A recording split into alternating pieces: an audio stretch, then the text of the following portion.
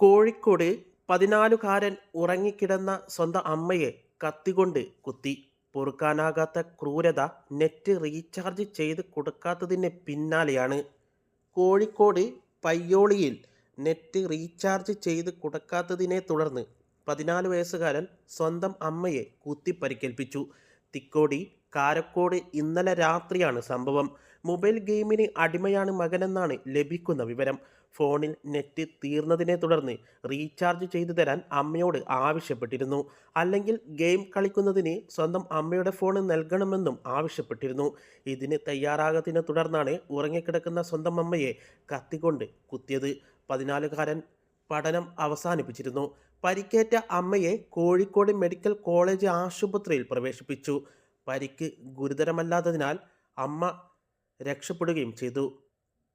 കൂടുതൽ വാർത്തകൾക്കായി ഈ ചാനൽ ഇപ്പോൾ തന്നെ സബ്സ്ക്രൈബ് ചെയ്യുക. നന്ദി.